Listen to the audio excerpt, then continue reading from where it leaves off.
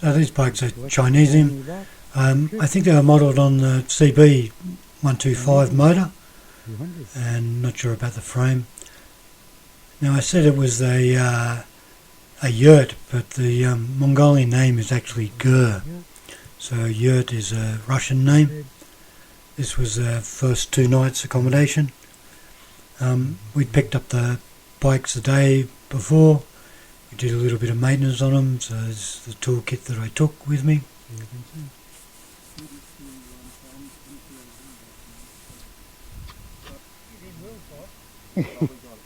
So we're setting up our bikes, got partial the bags on, got my power run. So that's a little Ram's box that I put the things that I was charging in.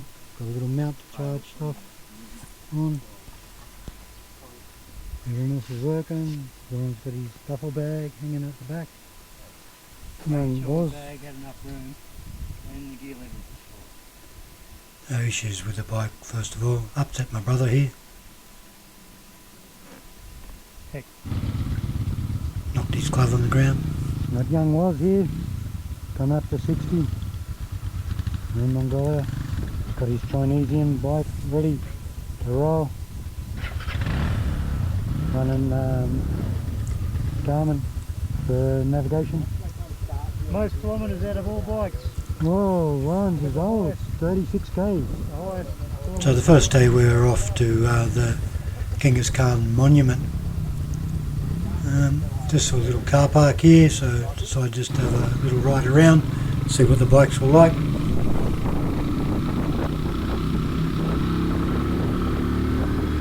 The Chinese bike silencer. Oh, she was like a pig.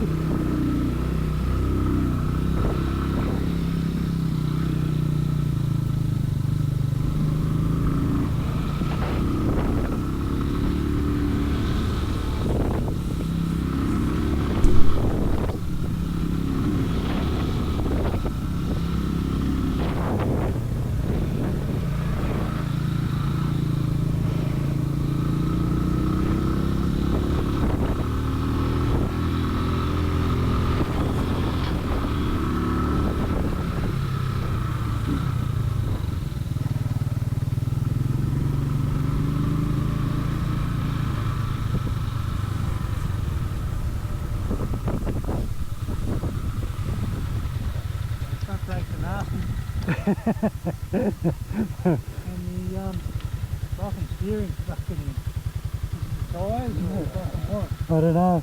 I'm scraping something on turning in too. Fucking mud flat. Huh? Mud flat. Is it? There's marks on it. Yeah. I think it's the fucking brake lever. Or it's the, might be the Might scraping like on the ground, you think? yeah, turning. Probably that could be fucking Yeah. Oh yeah? That's nasty. Hope it doesn't high centre me. So this is looking down towards the capital. We going? We weren't very far out of the capital, maybe 5 k's, 10 k's. And there was a new estate being built on the end of this road that we're on the riding down. So this was the main road that led towards the airport. Like I mentioned, we were going out to see the Genghis Khan statue. So it's a stainless steel statue.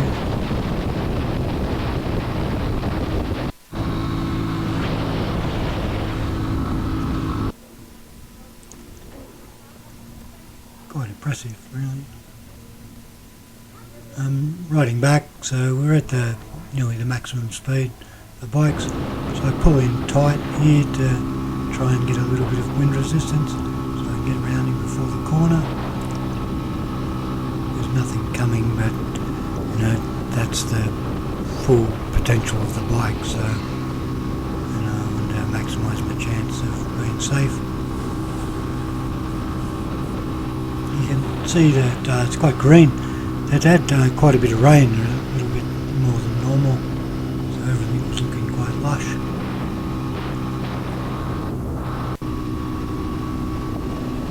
climate was reasonably nice, wasn't super cold. You'll hear as I go up here the suspension bottoms out quite a few times.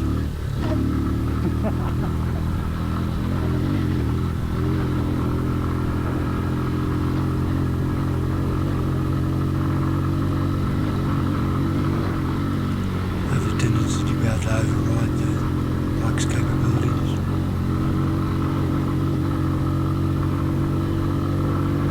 Still keeps wobbling. Got bounced back there before and couldn't hold the line.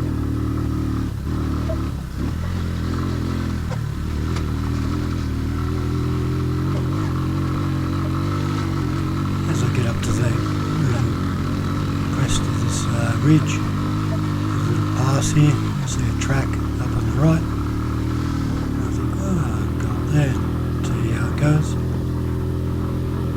It was quite steep, but you see there's other vehicles have been up there.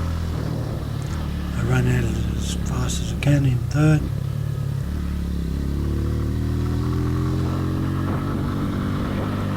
Second. First, so over here.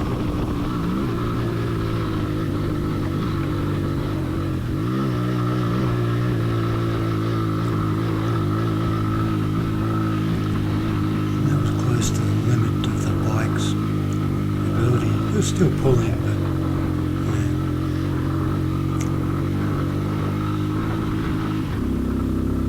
Yeah, it presented a fantastic view up here.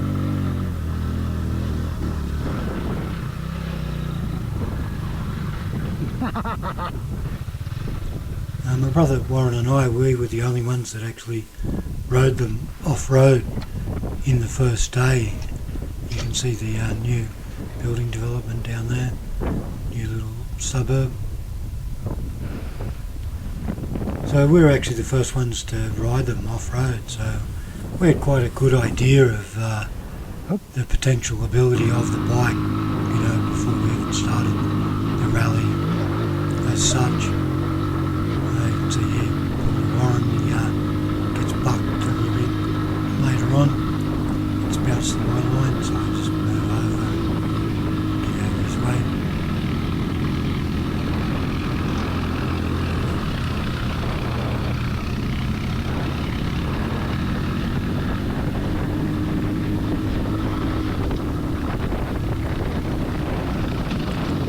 So coming back up to that pass before, and on the left is the top of that hill that I went up before. So we had quite a nice little shakedown, gives us a realistic idea of the bike's abilities, potentials, and exactly what we've got to deal with.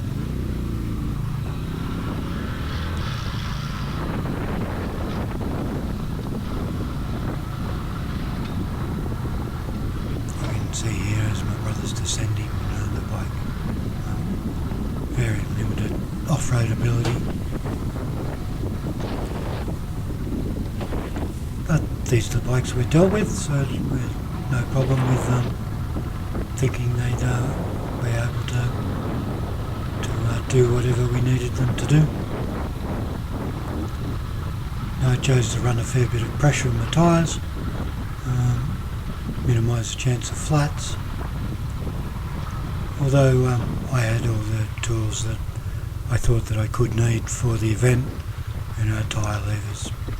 The organiser of the event supplied us with a spare tube each, but we had a little hand pump, bicycle hand pump, so we were going to be fine. Warren had a small toolkit as well. I had a first aid kit as well, just in case. I had front and back Krieger bags, as well as a little sort of rack bag on the top with a camera and drone and stuff in it. We had stove, sleeping mats, sleeping bag, tent. So we were going to be self-sufficient.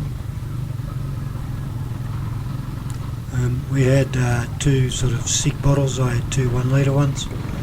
Warren had two 750.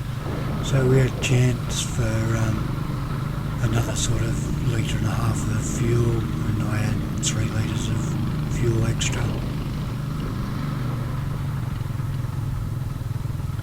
Now the stove we had too, we had a mix, we had a LP gas canister stove as well as a fuel stove too, so we could burn the petrol if we needed to.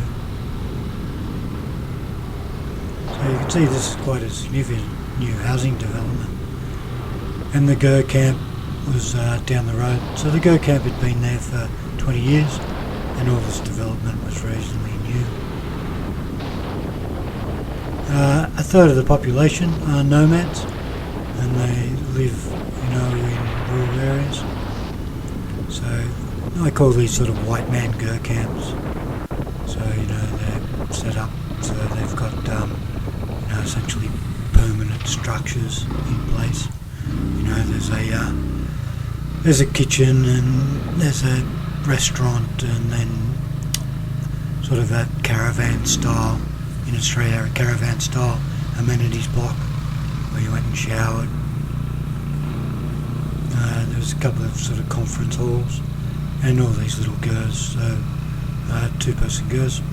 So some of the other people just did the road ride, and I think it was quite a good choice for Warren and I to have done the off-road as well.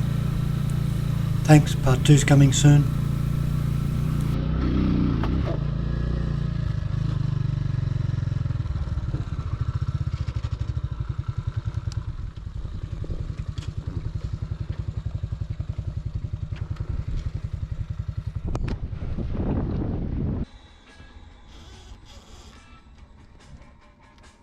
Yeah, we'll do the same, eh?